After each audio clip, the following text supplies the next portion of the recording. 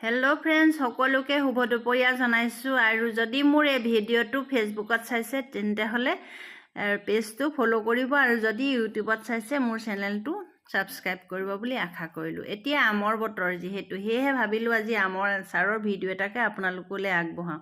আৰু মইনো কেনেদৰে আমৰ আচাৰ প্ৰস্তুত কৰোঁ তাকে আপোনালোকক দেখুৱালোঁ। চাব আৰু ভিডিঅ'টো ভাল পালে লাইক, কমেণ্ট, ছাবস্ক্ৰাইব। মই প্ৰথমতে আমখিনি ধুনীয়াকৈ গোটাই ধুই তাৰ পৰা কাটি আৰু নিমখ ছটিয়াই ধুনীয়াকৈ টেমা এটাত আৰু ৰাতিটো থৈ দিয়াৰ পাছত তাৰপাছতে মই আমখিনি ডলা এখনতে পেপাৰ এখন পাৰি আমখিনি মেলি মই আমৰ কাৰণে যিখিনি মছলা লাগে সেয়া সকলোখিনি মিলাই লৈ ধুই ৰ'দত দি ল'লোঁ। আৰু এয়া আমাৰ বাৰীৰে জলকীয়া হয়, ভোট জলকীয়া। ইয়াত জলকীয়া মানে আমত নিদিওঁ, এনেই কাটি অকণমান পানীটো নিয়ৰ হ'লে নিমখত দি থ'ম। নিমখত দি থ'লে জলকীয়াটো খাবলৈ বহুত টেষ্টি হয় আৰু অপকাৰ নকৰে। মই আকৌ দুদিনৰ পাছত আপোনালোকৰ ওচৰলৈ আহিছোঁ। আমখিনি ইমানলৈকে শুকুৱালোঁ, আৰু ইমান শুকালে ভাল হ'ব, নহ'লে বেছি শুকালে লিকটীয়া হৈ যাব।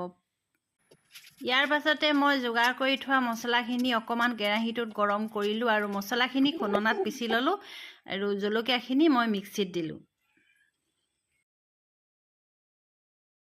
কেৰাহীখন গৰম হৈ আছিলে আৰু কেৰাহীতে তেলখিনি ঢালি দিলোঁ, আৰু তেলখিনি গৰম হোৱাৰ লগে লগে মই গেছটো অফ কৰি দি তাত থকা মছলা সকলোখিনি দি মানে আমখিনি লৰাই থাকিলোঁ, আৰু এনেদৰে লৰাই থাকি ঠাণ্ডা হ'লত বৈয়ামত ভৰাই থ'লোঁ। মোৰ আজি ভিডিঅ'টো ইমানে আছিলে। যদি ভাল পালে লাইক কৰিব, কমেণ্ট কৰিব।